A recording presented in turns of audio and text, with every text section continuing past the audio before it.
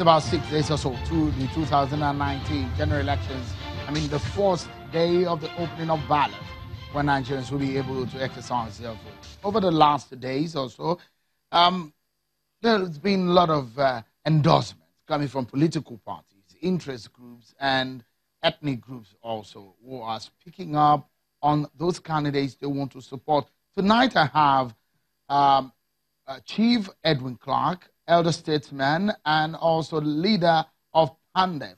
And also from our Abuja studio is a former governor of Lagos during the military era, Chief Buba Marwa, who joins us from our Abuja studio. Thank you so much for coming to us tonight. Let's get to Mr. Buba Marwa from our Abuja studio.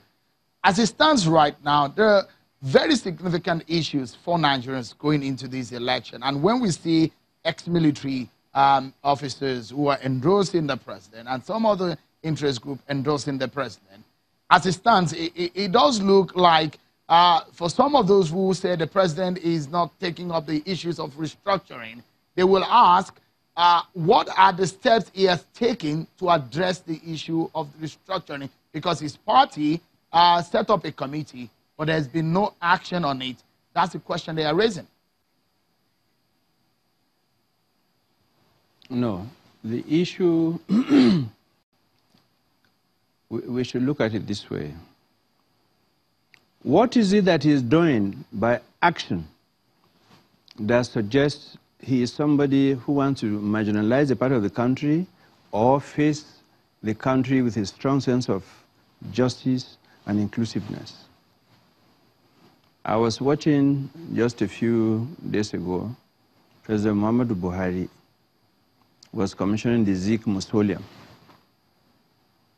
The Zik Mausoleum, which, since when did Zik die? When I was in government in Lagos, I remember, because we received his corpse. This is about 20 years ago. It is now Buhari that did it. What about the second Niger Bridge? The second Niger Bridge is not in Sokoto or Kano. It's right there between Onitsha and Asaba. Who is doing it? It's President Muhammadu Buhari. And it's going to open the doorway to the southeast and south-south. What of the Ogoni cleanup? It is President Muhammadu Buhari that is implementing the Ogoni cleanup. What about the east-west highway? What about the coastal railway that is going to come up in his second term? So already he is demonstrating that he's a man that considers the entire country as his constituency. The infrastructural work that is ongoing, every single state is a beneficiary. Every single state.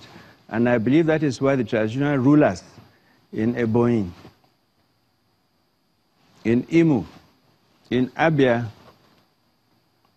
they all came out to support him for next year. These are PDP states. And there's a message for those who have ears to listen. These traditional institutions. I've been a governor before. Traditional institutions do not speak in spite of governors. They first make sure the road is clear. They speak because they are sure in their own minds that this is a man that will look after them properly, like the rest of the country. So there's no question about that. The whole business on the elections next Saturday is on performance. What has he done? What has he done? What has he said he will do, and did he do it? As an officer and a gentleman, his word is his bond. And every single thing he said he will do, he's on it. So another big question is, some of the groups who supported President Muhammadu Buhari in 2015 are not supporting him. A lot of them who have endorsed have not endorsed him. This time around, it will be in contest with another Fulani man from the northeastern region of the country. You've been monitoring the situation of things around the country. What are your thoughts about this race? How tight do you think it will be? Who do you suppose might come out victorious? Let me tell you something.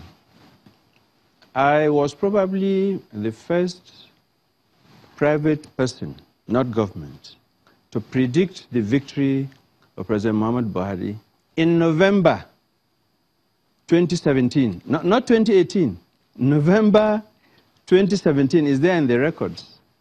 I'm a student of statistics for public policy, and I did my homework, and it was clearly evident. I looked at the total voting population per state and updated it, of course. I've looked at 6 surveys. The 6th one came this evening. 2 of the surveys are from international organizations. Look at the Southwest. Are they not all APC states? Look at the Northeast. Only 2 states are PDP. Look at the North Central. How many states are PDP? Benue. Look at the entire North, except Taraba there, Gombe, Sokoto there. The entire country is APC. Look at the voting population of the Northwest. It completely balances a combination of the Southeast and South-South. And even if these were balanced, you can see the edge that we already have in the Northwest, the Northeast, and even the North Central. It's very clear, and that was why I said back in 2017 that others who want to be president should be looking towards 2023. All right. Let me quickly take you up on this, and perhaps we anchor with you on this note. Some senior generals, some of them former heads of government, have publicly spoken against the President Muhammadu Buhari of the APC contesting. Of what significance do you think this is? You are also a former senior military officer. Of what significance do you think this will be for this election, considering someone like former President Olusegun Obasanjo? Now, as a military officer, steeped in the decorum of the military tradition, no one should ever think that I will come in a public forum and deride or speak against these very senior superiors of mine. But we all know everyone has one vote, more or less. And it entirely depends on what the Nigerians, the voting public, who they want to vote for, who do they trust, who do they feel will protect their interests more, who do they feel will leave the national assets intact and build on it for the future of their children and grandchildren. I think it comes down to it.